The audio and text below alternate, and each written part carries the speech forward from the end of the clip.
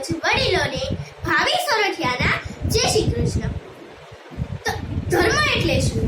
ધર્મની સૌથી સરળ વ્યાખ્યા કોઈના પણ આત્માને તમારા કારણે દુઃખ ના પહોંચે એની તકેદારી એટલે ધર્મ. એવું ના બોલો કે તમારા બોલેલા શબ્દો વજનના ભાવે વેચાઈ જાય. એવું બોલો કે જ્યાં ખાલી તમારું નામ બોલાય અને વાતનું વજન વધી જાય. જો પિતૃના શ્રાદ્ધ કરવાથી આપણને સારું પુણ્ય મળતું હોય તો જીવતા મા બાપની સેવા કરવાથી કેટલું પુણ્ય મળતું હશે. નમે એ ના જ છાયડા હોય સાહેબ, નમે એ ના જ છાયડા હોય સાહેબ. જોયો છે વિસામો કદી આસો પાલવની નીચે? તમારા ધર્મ, જાતિ કે ચામડીના રંગથી તમારું વ્યક્તિત્વ નથી બનતું, પરંતુ તમારા વિચાર, વર્તન અને કર્મથી તમારું વ્યક્તિત્વ બને છે.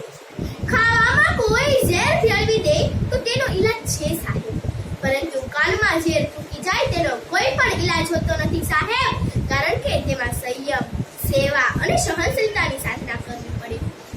અભિમાન વગરની વાણી, હેતુ વગરનો પ્રેમ, અપેક્ષા વગરની કાળજી અને સ્વાર્થ વગરની પ્રાર્થના એ જ સાચો સંબંધ છે. જેણે મને દુઃખ આપ્યું તેમનો આભાર, તેમને લીધે હું મજબૂત બની. જેમણે મને છેતરી તેમનો આભાર, તેમને લીધે મારામાં જ્ઞાન આવ્યું.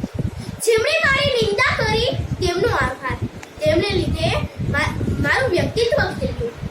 જેમણે મને તરછોડી દીધી તેમનો આભાર, તેમને લીધે હું આત્મનિર્ભર બની.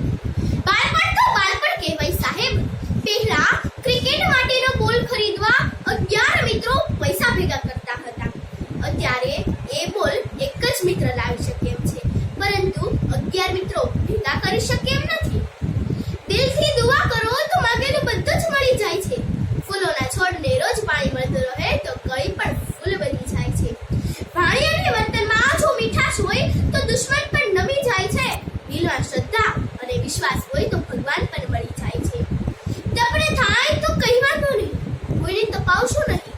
ધર્મના થાય તો કઈ વાંધો નહીં, કોઈને ધમકાવશો નહીં. સમૃદ્ધિ ન થાય તો કઈ વાંધો નહીં, સંતોષ ગુમાવશો નહીં. જાત્રા ન થાય તો કઈ વાંધો નહીં, કોઈને છપાવશો નહીં. પ્રભુ કૃપાથી મળેલું માનવ જીવન આમ જ વ્યર્થ બગાડશો નહીં. મળેલા મૂલ્યને મામૂલી સમજો, મામૂલી સમજીને મેળવશો નહીં. સૌને મારા સમજીને વિનવું છું, મારું ખોટું કદી લગાડશો નહીં. જીવન રૂપિયા ભગવાનના અમૂલ્ય ભેટને આમ જ વ્યર્થ બગાડશો નહીં. મર્યાદા રાખવી બહુ જરૂરી છે, કેમ કે પૈસાની કમી હોય ત્યારે ખર્ચમાં અને જ્ઞાનની કમી હોય ત્યારે ચર્ચામાં. સફળતાની ઊંચાઈ પર હોવ ત્યારે ધીરજ રાખો, કેમ કે પક્ષીઓએ સાબિત કર્યું છે કે આકાશમાં બેસવાની જગ્યા હોતી નથી.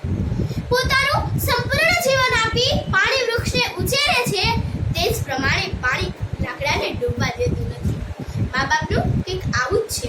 આપણે એવા કામ કરવા જોઈએ કે પોતાના માતા પિતા પોતાની પ્રાર્થનામાં કહે કે હે પ્રભુ, અમને દરેક જન્મમાં આવા જ સંતાન આપજો. ગાંધીજીએ કહેલું એક સરસ વાક્ય કે જ્યાં સુધી ઈશ્વર આપણી સાથે છે ને તે ક્ષણેથી તમે શક્તિમાન બની જાઓ છો. તમારી બધી જ નિરાશા ગાયબ થઈ જાય છે. અસ્તુ. જય હિન્દ, જય ભારત.